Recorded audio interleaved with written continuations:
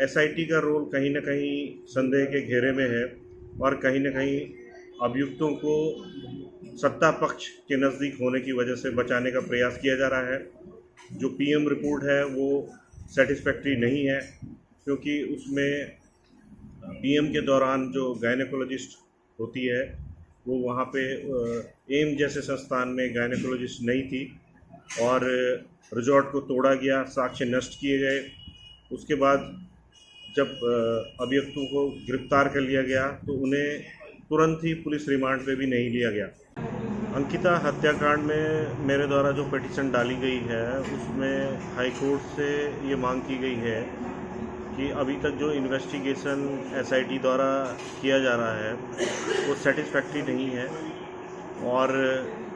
या तो high court CBI को ये मामला सौंप दे या अपने हिसाब से खुद ही इसकी मॉनिटरिंग करे। कल इसमें सुनवाई हुई थी और जस्टिस संजय मिश्रा की जो एकल पीठ थी उन्होंने प्राइमा फेसी जो वनंतरा रिजॉर्ट को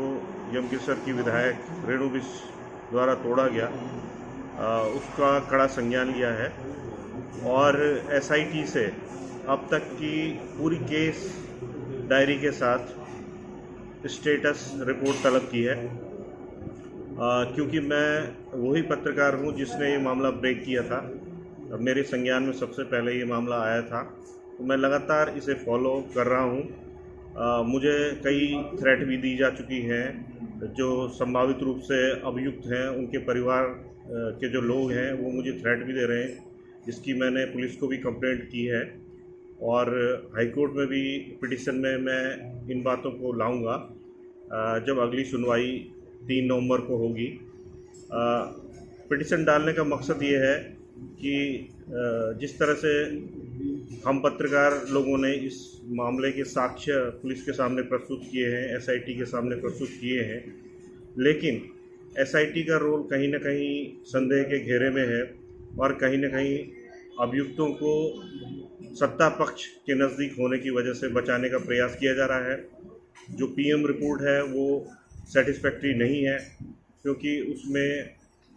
पीएम के दौरान जो गायनेकोलॉजिस्ट होती है वो वहाँ पे एम जैसे संस्थान में गायनेकोलॉजिस्ट नहीं थी और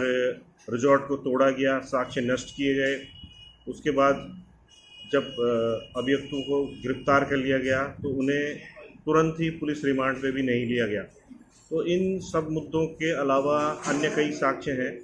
जिन्हें समय आने पर कोर्ट में प्रस्तुत किया जाएगा। फिलहाल ये है कि एसआईटी क्या रिपोर्ट स्टेटस रिपोर्ट सबमिट करती है 3 तारीख से पहले,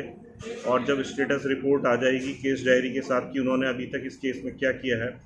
उसके बाद हम अपना अगला कदम जो है उसे तय करेंगे और उसे भी आपके सामने रखेंगे।